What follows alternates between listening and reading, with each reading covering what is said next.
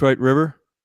And after that, we'll bring Nate Conley on. But tonight, I'm going to start off with, of course, we're going to pour a glass of whiskey. Coming back from South Carolina last week, we stopped duty free, and I picked up a nice bottle of 99 proof Wayne Gretzky. It's a nice rye, finished in Cabernet Sauvignon barrels. Should give a nice little kick. So fill your glasses and join us for a few drinks tonight. I guess I gotta get it open first.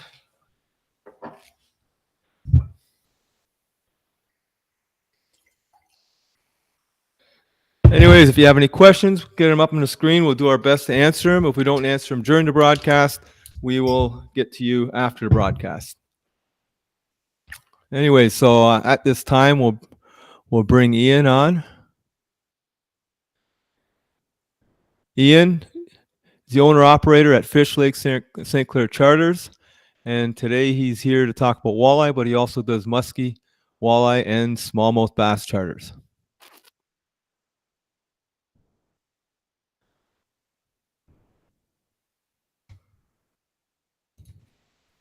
How you doing, Rich? Hold on, we'll get you on there yet. Okay, there you are. How you doing, Ian? How you doing, Rich? I'm doing great.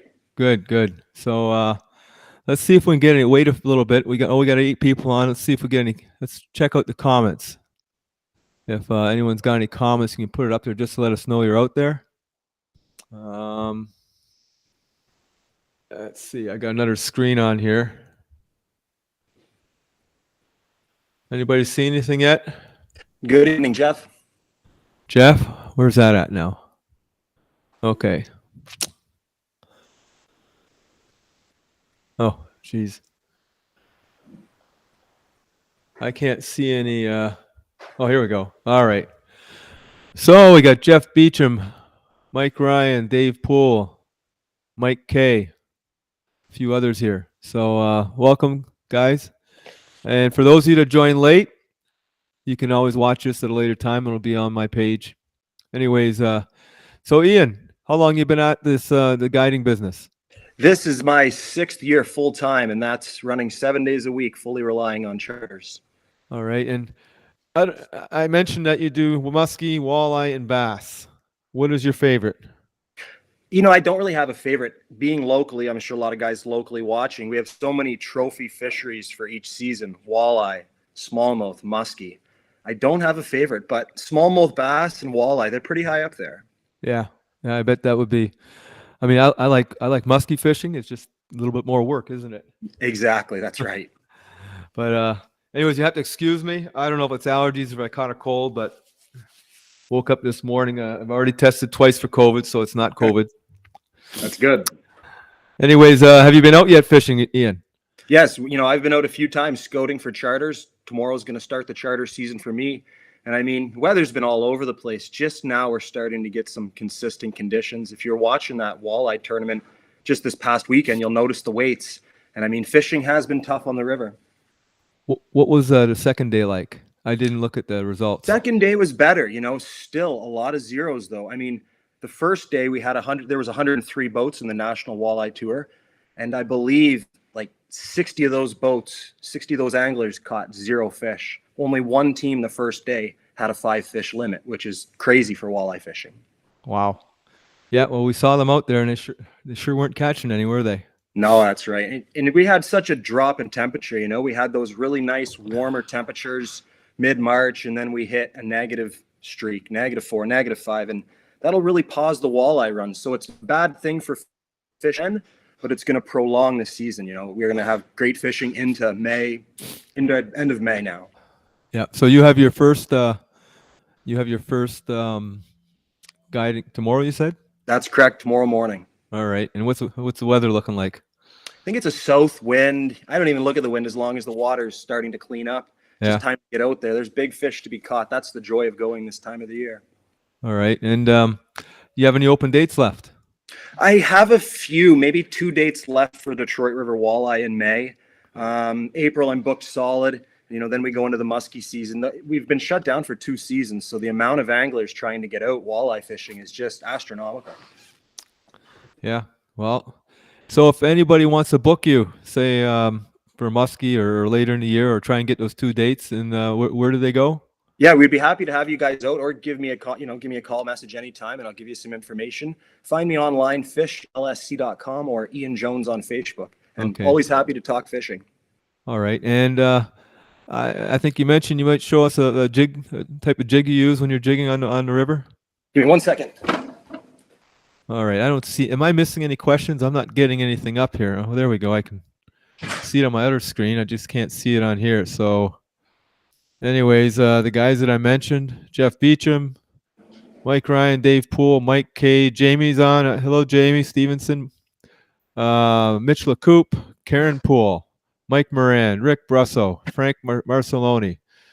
If you ever, one of the things when we get out for walleye, and I know there's a lot of you guys travel down here, our favorite thing to do after walleye fishing in Detroit River is head over to the Riverside Sportsman Club and try that perch sandwich. Hey, Oh, you Ian? can't beat that. Can't beat the perch sandwich. Frank does a good job there. Definitely worth the stop. Yep. All right, So here we go. What I have here is a heavy jig. I like brighter colored jig heads. I mean, I don't think it makes a big difference. And you can see we have an angler's choice devilfish, classic color. I like a little bit upsized bait this time of the year, early season. And then you can see we have the stinger hook. Stinger hook's an important piece to the puzzle. I will put a minnow on there and then another little piece of plastic to hold everything together. But works great. Now, do you use the minnow right through the season, or is it mainly in the colder water? That's a great question. We use the minnow mainly, the first 2 weeks of April until there's a lot of fish in the system. Right now it's still pretty early, so those fish are finicky. The minnow can make the difference. Okay, and what size jig are you using approximately? For charters, I run all 1/2 ounce and 3/4. I find running a smaller jig head hasn't made a huge difference for me, so I prefer the bigger jig head. Easier to feel bottom. Yeah, well, 1/2 ounce. Wow, the lowest I go is 5/8. So anything lower than that is kind of tough unless I'm in shallow water and maybe cut back where there's no current. That's right. That's right.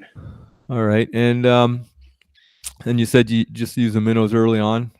Yeah, exactly. Minnows early on, and as the season progresses, when there's a lot of males in the system, you don't need a minnow. When I first started running charters, the first 2 years I ran charters, I never even brought a minnow in the boat. Mm-hmm. Always plastic, and never had problem catching them. What kind of rod and reel setup do you recommend? What I'm using this year is, opposed from the brand, medium heavy is going to be ideal, or even a medium. You really need to have that backbone to feel the thud of the jig hit the bottom of the river. If you have a medium light, something too light, you're not going to be able to feel bottom. Yeah. And then, just a regular spinning reel, 2500 series. I got the Okuma there, and I got 15-pound braid on that. All right. Do you put a leader on? Yes, this is a 15-pound fluorocarbon leader as well. Okay. And I know you're in a boat. You get snagged once in a while, and you got to go. It takes a while before you catch it, so it's tougher. You need a little bit of strength. Personally, I think 8 to 10 pound leader on a kayak. But when we get snagged, we can just pedal forward and we get it out in a second. But snags are no fun on that river. Yeah, medium heavy. I like the medium heavy, and then for me, the reel. I really like the 6.1 reel ratio. It's you're not setting a hook on the soft mouth of a walleye, so you're reeling fast, and opposed to the boat, we just got to get it a couple inches off the water and net it. It's a lot easier than. I've done it both ways. I've kayak fished and I've boat fished, and I prefer to kayak over the boat any day for walleye, jigging for walleye. Super nice to use the kayak. Yeah, it's easier to net your own fish. I mean, I had a hard time netting my own fish out of the boat. I never understood before why you always need a net guy, but I do now. That's right. But anyways, Ian, thank you for joining us. And, thank you guys for having me. Good luck for your season this year. Thank you, Rich. All right, take care. Enjoy your night, guys. Yep. All right. That was Ian Jones, and like he said, he's got a couple dates open, but I'm sure he takes bookings for next year or even in the fall for muskie. All right, so now we'll bring the man of the hour, the second Hobie boss. Nate is going to tell us his secrets, I hope. We'll find out how many tournaments he's done in the States and how he fished to catch them. Anyways, Here you go, Nate Conley. All right, how you doing, Nate? Hey, what's up, Rich? Good, good. I don't know. Cheers.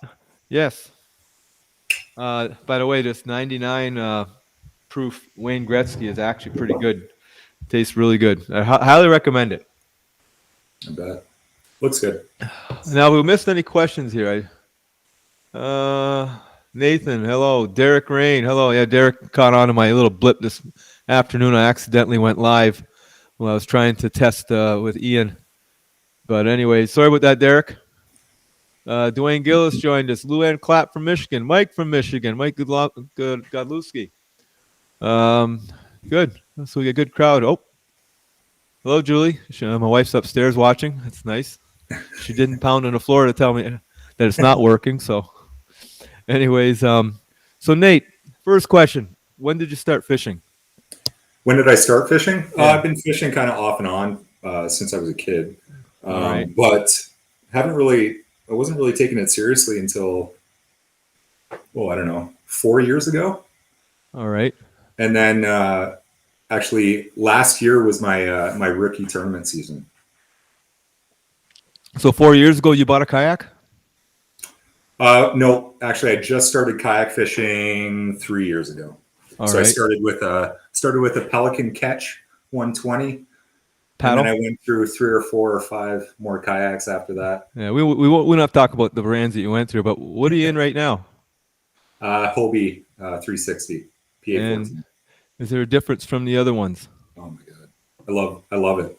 I love it. It made all the difference in that tournament too. Like the finite adjustments that you can make to like get the perfect cast with the 360 is it's unreal. Yeah, I agree. I just discovered, as we were talking about earlier, I just discovered using a power pole when you're power poling down in a headwind, as long as you're sitting down, you can manipulate your boat with the 360 to bring her back around. Doesn't matter how hard it's blowing from quarterly or head on. You can still keep your bow into the wind. I don't need to put the anchor wizard on anymore. But anyway, so last year was your first year tournament fishing. Did you win any tournaments last year?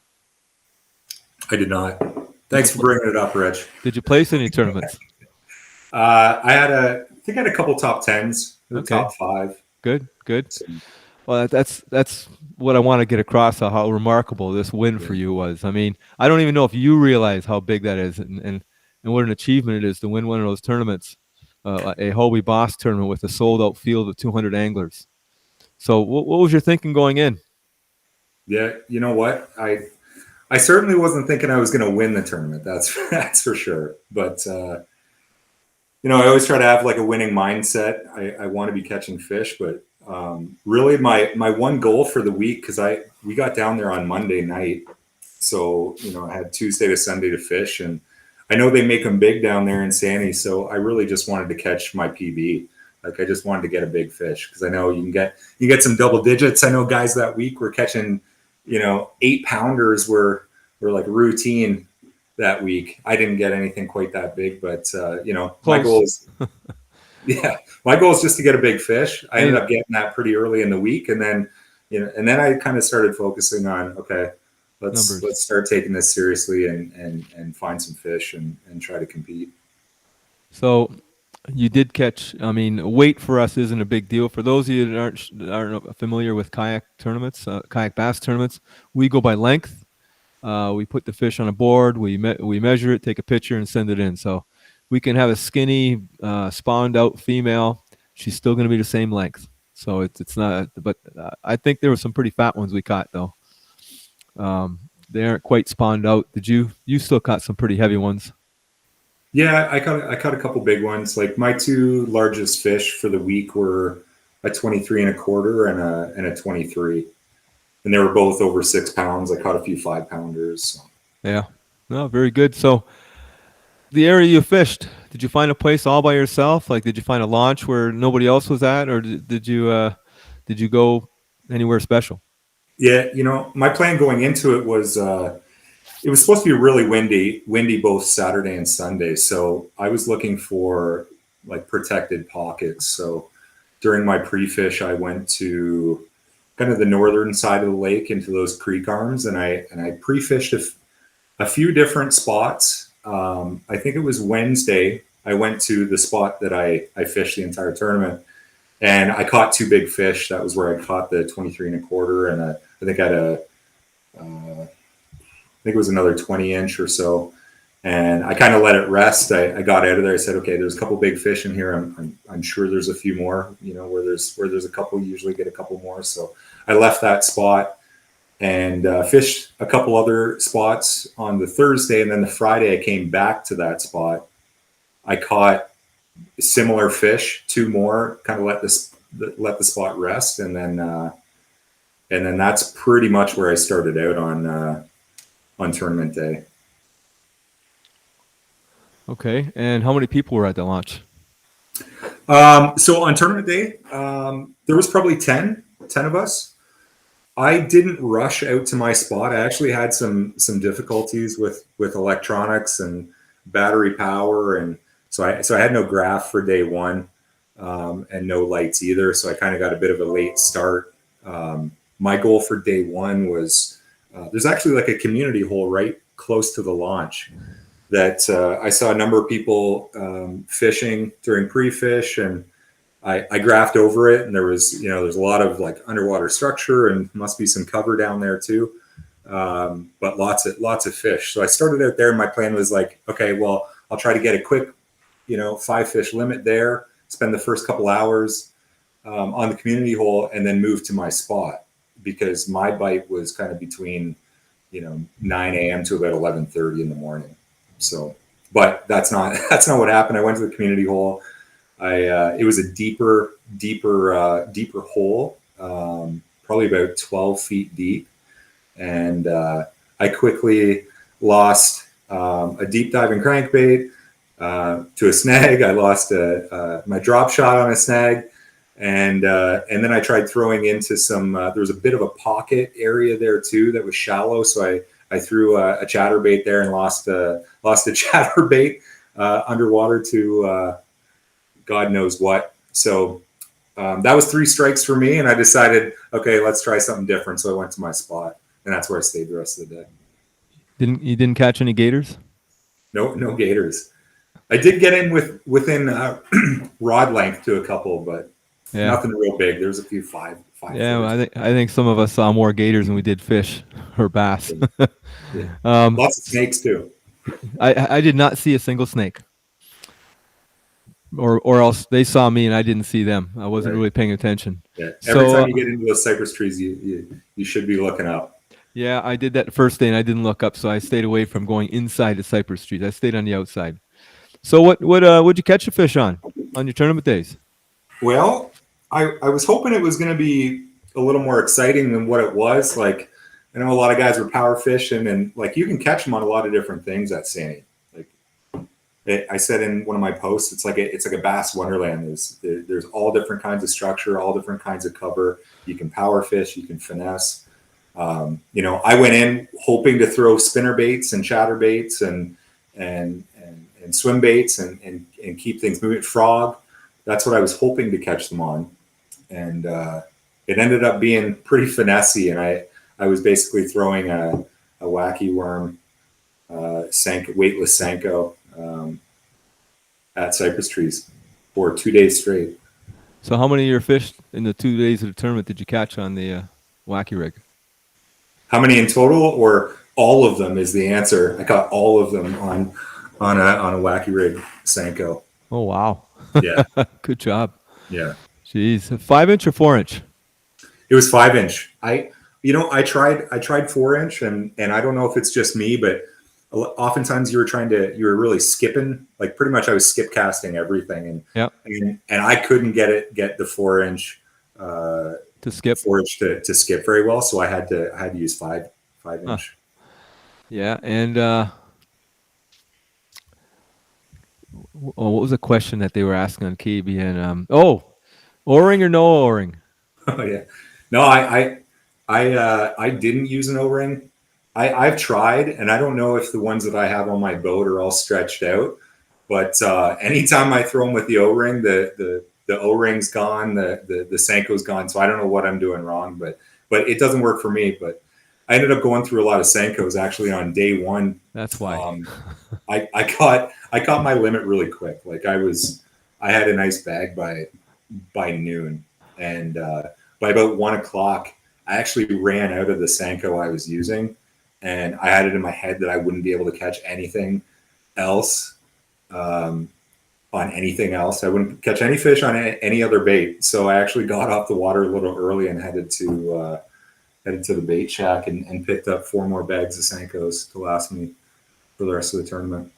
Okay. Well, for your information, I used O-rings, and my O-rings stick pretty good, and I've caught fish with them. But in 6 days, I hooked up once, and I did not catch a fish on it. So maybe that might have been the trick. No O-rings. Yeah, maybe that was it. Yeah. I was fishing very, very slow. Like I basically, back to your question though about whether I had the spot to myself, I did for the most part, but a few bass boats did come through, and then a couple kayakers came through, but they must have been power fishing because they were basically throwing one cast at like all my high percentage trees that I was fishing. But I was throwing like 6 to 8 casts on every one of those trees and basically circling it with that 360 and just like really trying to pinpoint my casts and letting it soak where these bass boat guys would come in and they'd throw one cast at it and just keep moving. And that might work for them. But for me, it was really slowing down, being methodical and picking these places apart.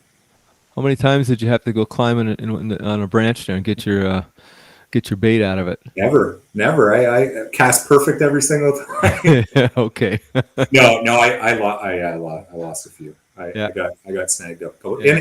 And that's a real bummer because I get this feeling I'm like, there is a fish there and I'm gonna catch that fish and I'm gonna get it no matter if it takes me a few casts. I know there's one down there. Like I knew there was a 23 plus on one tree and I was casting at it and I'm like, I had the media boat there on day 2 and I'm like, guys, stick around. I'm going to catch this fish. It's coming. I know it's on this tree and I'm going to get it. And then I proceeded to toss my Senko right into the branch and blow up the spot. So got it hung up there. So, but you did catch fish on for the media boat, didn't you? I did. Yeah, I caught a few. It was quite the experience. Yes, and the drone going over top also. Yeah, had the drone flying over my head for a good part of the day. Yeah, it was pretty cool. Did you have lots of ospreys? I mean, I've never seen so many ospreys in my life. Yeah, there was a ton.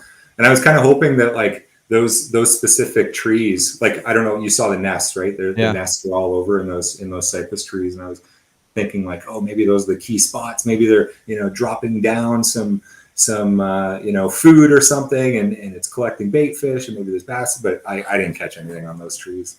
No, I think the fish are afraid of them. I know I was. I don't go near them because I know it up here or up north, the ospreys won't let you get within 100 yards or 100 feet of their trees. And here, I mean, I got pretty close, but I did not throw a cast at a tree with an osprey in it.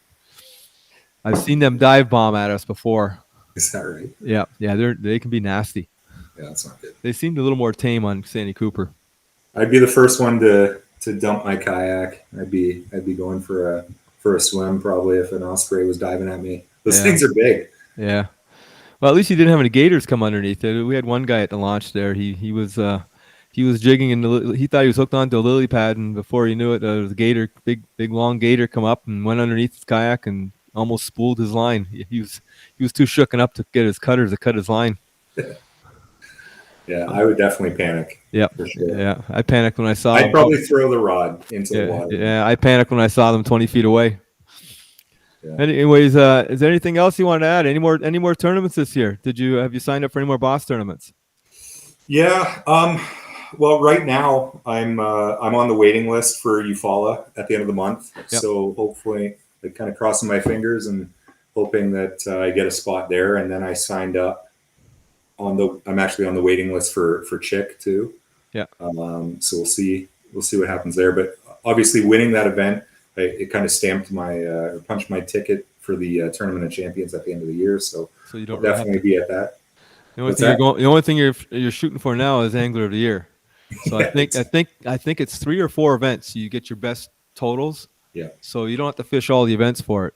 Right. So you're, for instance, like Dave Sewell, who was staying with us, he's got a 5th place and an 11th place now, and there was a couple guys that placed at Santee Cooper that placed well at Toledo Bend also.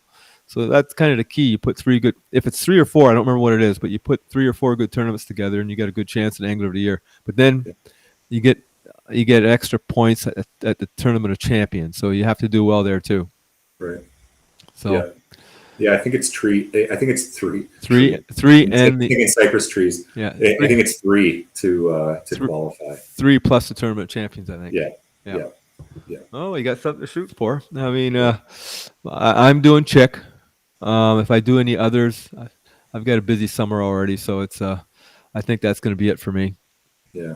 I was hoping to hit up the New Hampshire tournament as well, but then I realized that the second OKBT tournament's on St. Clair that weekend, and then the Bassmaster Rondo Bay, so I can't miss those ones. Yep, that's I think there's a few guys that have penciled that one in, and while we're on it, that's the second OKBT tournament of the year, and it'll be on Lake St. Clair on the Canadian. Well, it's only the Canadian event. It's on the opener. Traditionally, the opener is always the best time to fish Lake St. Clair, especially on the Canadian side. The fishing will be good that first 2 weeks of the season, and it's open to all. The OKBT is not you do not have to be a member. On day 2, it's the Ontario Kayak Bass Nation. It's on Rondo Bay, which is a fun place to fish also, and that is a membership required. So a good weekend of fishing, and we are providing free camping for those that are coming out of town. Just notify me, message me, and we'll mark you down. Anyways, Nate, appreciate you joining us, and good luck to you for the rest of the year, especially in where is the TOC at? Is it Caddo Lake? It's Caddo Lake, yeah. Yes. All right. So especially so you're going down to Louisiana. Yeah. That should be fun. Yeah. I can't wait. Pretty excited. Thanks for having me on, Rich. Yes. All right. Good luck. Take care. Appreciate it. Thanks, buddy. See ya. And gone. Thank you, Nate, for joining us. Thank you, Ian. And anyways, for those of you who joined us, thank you. I'll have a look at the questions. I really didn't see them coming up. I will have a look right now.